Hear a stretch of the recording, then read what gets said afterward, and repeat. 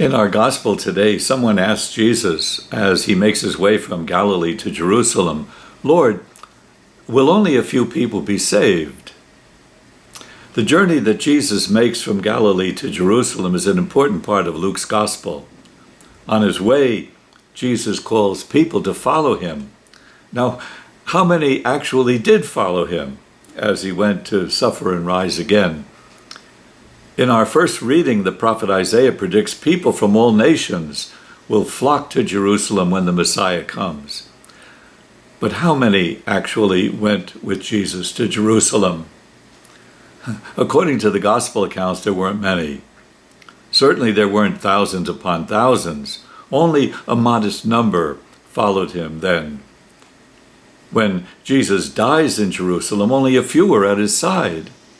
Luke says that all his acquaintances stood at a distance, including the women who had followed him from Galilee. There weren't many. But the small number that followed Jesus then was no indication of his power. The Gospels do say he attracted crowds, but the crowds went away. At one point, even some of his disciples went away. He worked miracles, but the miracles were forgotten. Jesus himself never points to big numbers to describe his own mission. He never asks his disciples to count how many are following him.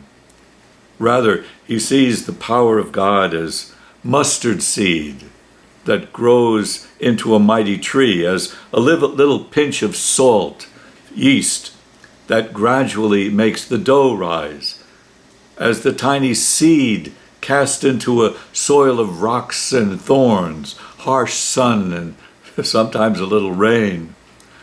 But the seed brings life. Lord, will only a few be saved? That's a human question, a question the disciple asked. The disciples asked that question, and we ask it too. We look for big numbers where the soil doesn't seem to be so hard or resistant. Numbers are human ways to measure things.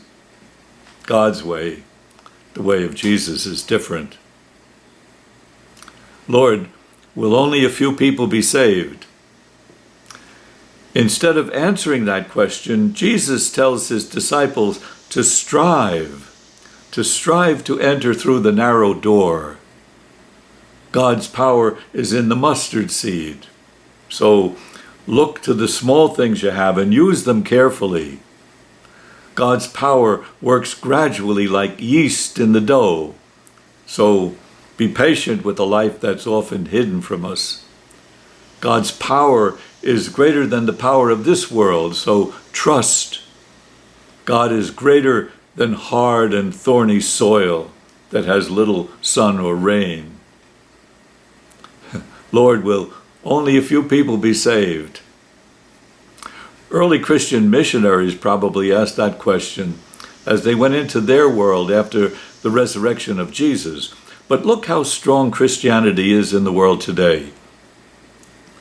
We ask that question now as we see people walking away from the church and religion and questioning.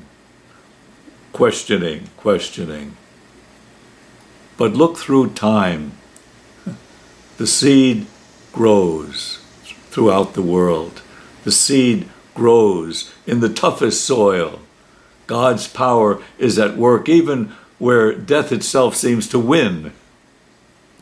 We have to strive to enter the narrow gate. But the narrow gate is God's gate. It leads to life.